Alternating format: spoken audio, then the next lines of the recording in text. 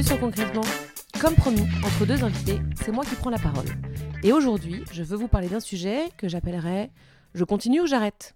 Et oui, parce que c'est une question que vous avez dû vous poser au moins une fois dans votre vie professionnelle et que l'on se pose encore plus dans une vie d'entrepreneur. Oui, parce que nous sommes parfois confrontés à des situations difficiles, des jobs stressants, des managers casse-pieds ou encore des business qui nous demandent trop d'efforts à faire grandir.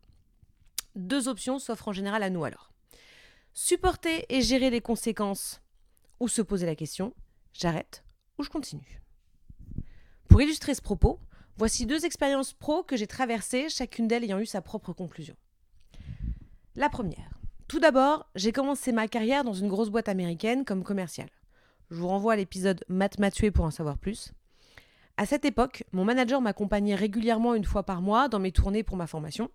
Il me prodiguait ses conseils et débriefait avec moi après les rendez-vous. J'apprenais beaucoup et comme je lui étais très reconnaissante de m'avoir embauchée, je faisais un maximum d'efforts. Mais je vous dis pas le stress. Quand vous êtes chez votre client et que votre patron vous regarde, vous écoute et note. Surtout post-rendez-vous lorsque la question du débrief tombait. Alors, où penses-tu avoir été bonne et où penses-tu avoir merdouillé ? Mais comme j'avais l'impression d'avoir fait de mon mieux, en fait, j'avais évidemment toujours la réponse à la première question. Les moments où j'avais pu être moins bonne ne me paraissaient pas évidents, sinon j'aurais pas fait comme ça. Mais de manière toujours très académique, nous faisions le détail et je repartais avec l'ordonnance pour m'améliorer. Je ne sais pas exactement à quel moment tout ça a versé, mais à un moment, son œil exigeant, ses questions récurrentes, ses leçons sans fin, j'ai débuté une sorte d'indigestion lente et lourde. Nos rencontres devenaient de plus en plus critiques, je les supportais de moins en moins, et tout en essayant de garder bonne figure, j'envisageais parfois, entre deux nausées, d'ouvrir la portière sur l'autoroute pour éjecter mon gentil patron. Les mois sont passés, et j'en étais arrivée à développer une allergie en plaques à mon manager. Quand j'ai fini par prendre mon courage à deux mains, pour lui en parler, lors des entretiens annuels. Alors notez que j'étais jeune, inexpérimentée et en colère. Ça fait beaucoup. Ce qui a donné à peu près le point constructif suivant. J'en peux plus de ta remarque, soit tu me lâches, soit je démissionne. Tout en douceur, tout en rondeur, quoi. Quelle surprise d'entendre qu'il me trouvait très compétente et que c'était à ce titre qu'il était exigeant. Alors j'ai changé de point de vue sur la situation, je me suis détendue et j'ai commencé à avoir en lui le meilleur professeur que je n'avais jamais eu. Et encore aujourd'hui, je le remercie de toute l'énergie qu'il a déployée pour me faire monter en compétences, pour me faire progresser. Bien après cette période, bien après que ce manager n'ait plus été mon patron, j'ai été embauchée dans une autre grande entreprise américaine dont le nom est très emprunté à la déesse grecque de la victoire. Belle société dans le sport, à côté de chez moi, super fit avec le manager et super job qui m'amènerait à partir une semaine par mois dans les dom-toms. Je signe. Surprise numéro 1, mon premier jour, première heure, je suis reçue par les RH qui m'expliquent que finalement, de manière très unilatérale, ils ont changé d'avis et que je vais prendre le poste d'un commercial qui démissionne. Mais que c'est une grande chance, car ils gèrent les plus grosses centrales d'achat sur la catégorie équipement. Sauf que le client, ça sera plus les dom-toms, ça sera Chambéry. Légère déception quand même, surtout que moi, pendant les entretiens, j'avais pas menti. Moi, le sport, c'est la danse et le fitness.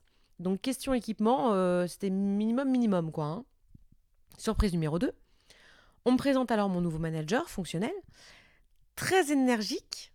Ça aurait été une femme, on aurait pu dire hystérique, mais on sait que pour les hommes, ça se fait pas.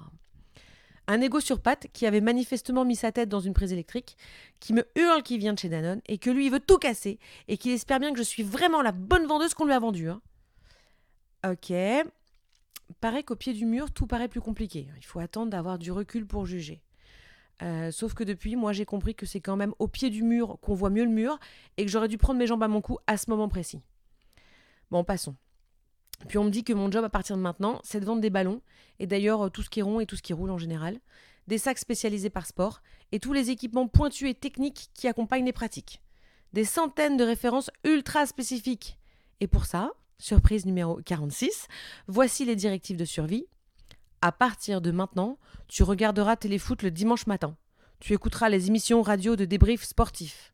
Tu regarderas toutes les grandes rencontres sportives et tu apprendras à faire la différence entre un ballon de foot et un ballon de foot officiel. Voilà, je vous passe les grands moments de solitude quand un client me demande où mettre son thé dans son sac de golf, ou encore quand il est question de protège-noisette. Bon, mais je garde la tête haute, je me dis qu'à force, ça va finir par rentrer. Quelques semaines plus tard, je m'ennuie à mourir, mais j'ai adopté le dress code de la boîte. T-shirt, jean et basket. Je suis à mon paroxysme d'élégance. Je lis comme tout le monde l'équipe le matin et je commence à comprendre qu'en fait, il s'agit d'un voici sauce testostérone. Mais là où ça commence à vriller, c'est quand, surprise numéro 63, j'identifie que si le midi je mange seul, c'est pas parce que mes collègues me snobent, c'est parce qu'ils vont faire du sport. Encore. Bon, allez Aurélie, intègre-toi. Je prends alors mon courage à deux mains, je suis mes petites collègues en cours de cardio, en me demandant quand même quand est-ce que j'aurai le temps d'avaler ma salade.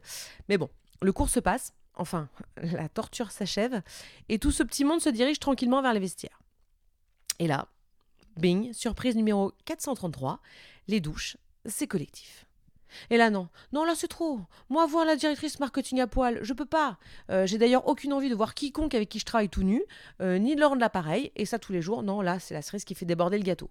C'est la goutte d'eau qui met le feu aux poudres. Moi je veux bien que tout soit pas rose, et même que la mission soit difficile. Mais une boîte qui me change de job sans me demander mon avis, qui m'oblige à me cultiver via l'équipe et montrer mes fesses et à ranger mes talons, non stop, là il y a comme qui dirait erreur de casting. Donc, je démissionne. En conclusion de tout ça, quand une situation pro est difficile, vous avez deux façons de voir les choses. Soit c'est dur, mais vous apprenez. Alors restez et grandissez. Soit c'est dur et en plus vous n'apprenez rien. Voire pire, vous apprenez des choses qui vous semblent inutiles, qui ne déclenchent chez vous aucune passion et donc aucune chance de réussite.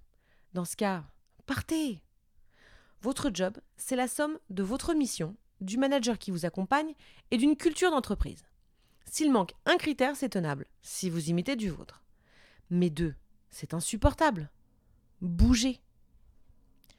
Si vous êtes d'accord avec cet épisode, concrètement, faites-le moi savoir en lui mettant des étoiles.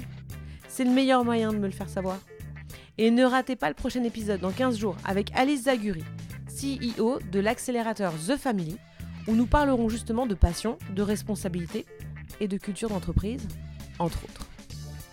À dans 15 jours, et d'ici là, n'oubliez pas, faites ce que vous aimez.